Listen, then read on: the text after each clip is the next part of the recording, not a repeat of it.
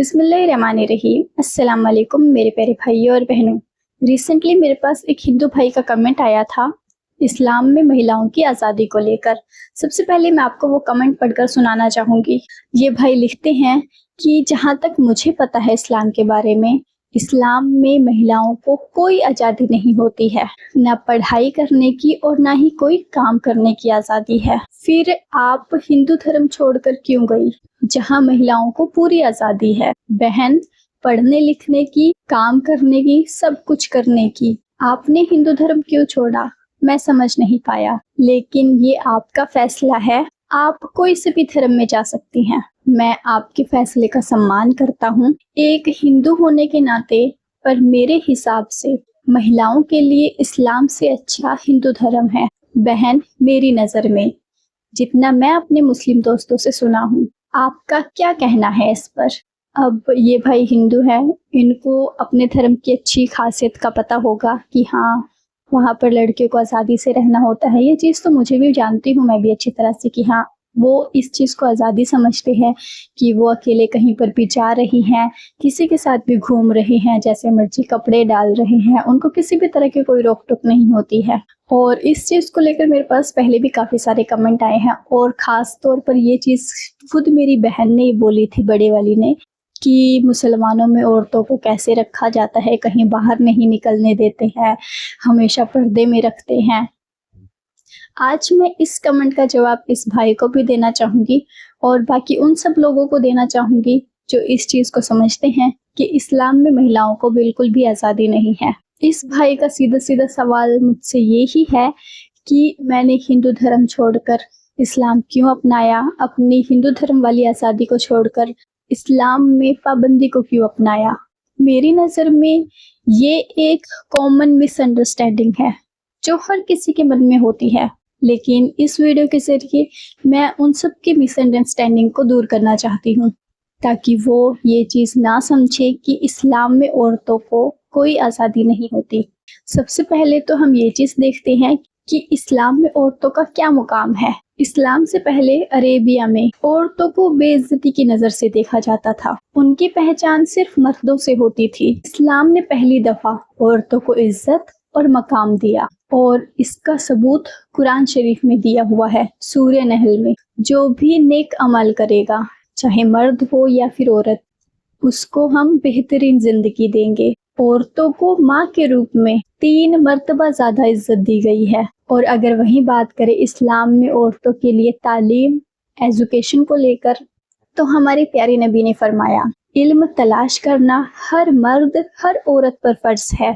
हजरत आयशा रज़ी अल्लाहु अन्हा इस्लाम की सबसे बड़ी स्कॉलर रही हैं, और आज भी दुनिया भर में मुस्लिम महिलाएं, कोई डॉक्टर है, कोई इंजीनियर है, कोई साइंटिस्ट है। इस्लाम में महिलाओं का काम करना, बाहर निकलना, ये सब इस्लाम के खिलाफ नहीं है, बल्कि ये सब इस्लाम के मुताबिक है। और अब बात करें आज़ादी की। आज़ादी वो नहीं होती कि हम कहीं भी किसी के साथ घूम रहे हैं, कहीं किसी के साथ जा रहे हैं, हम किस तरह के कपड़े पहन रहे हैं, बल्कि हजरत खदीजा रज़ी अल्लाहु अन्हा, हमारे प्यारे नबी की बीवी, एक सक्सेसफुल बिजनेस वूमेन थी। इस्लाम ने कभी भी औरतों को काम करने से नहीं रोका। हाँ, इस्लाम में औरतों के लिए काम करने की जगह एक कंडीशन ज़रूर है, एक दायरा है कि हाँ, पहले उनको अपने परिवार की जिम्मेदारियां निभानी है, उसके बाद वो अपना कोई भी काम कर सकती हैं, लेकिन एक दायरे में रहकर, अपनी रिस्पेक्ट और अपनी हिफाजत के साथ।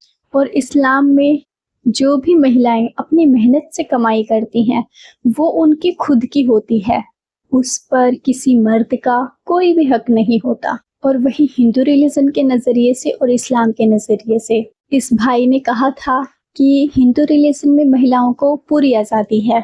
मैं हिंदू धर्म की बुराई तो नहीं करना चाहती हूँ, लेकिन इतिहास में एक चीज़ देखी जाती है, सती प्रथा और चाइल्ड मैरिज हिंदू समाज का हिस्सा थी, और इस्लाम ने इन सारी चीज़ों को रिजेक्ट किया।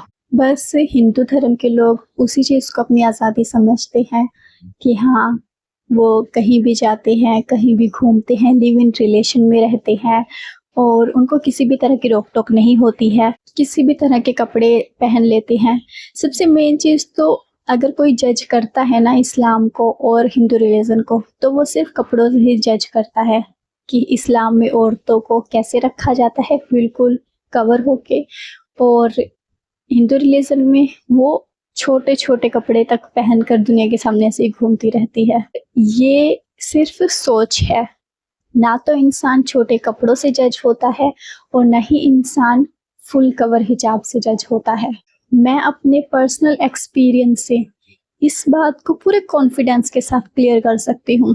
जब मैं पहले हिंदू थी, मुझे लगता था आज़ादी का मतलब बस आउटवर्ड फ्रीडम है, लेकिन इस चीज़ को मैंने इस्लाम में आकर समझा कि आज़ादी का असली मतलब अपनी हिफाजत के साथ इज्जत को पाना है। इस्लाम में मुझे अपने रब से कनेक्ट किया है, क्योंकि मैं भी पहले हिंदू रिलीजन के अकॉर्डिंग मूर्तियों की पूजा किया करती थी, लेकिन फिर जब मैंने इस्लाम के बारे में पढ़ा तब मुझे जाकर पता चला कि हाँ, जिस खुदा ने इस पूरी दुनिया को बनाया है, कोई उसको कैसे बना सकता है।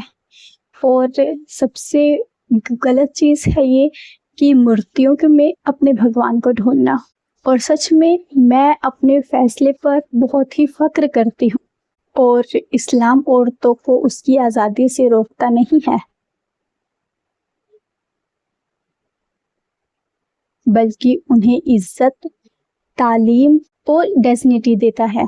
इस हिंदू भाई ने जो भी कमेंट किया था, मैं उनकी इज्जत करती हूँ और उनसे रिक्वेस्ट करती हूँ कि इस्लाम को कुरान और हदीस के नज़रिए से समझें, लोगों की बातों से नहीं।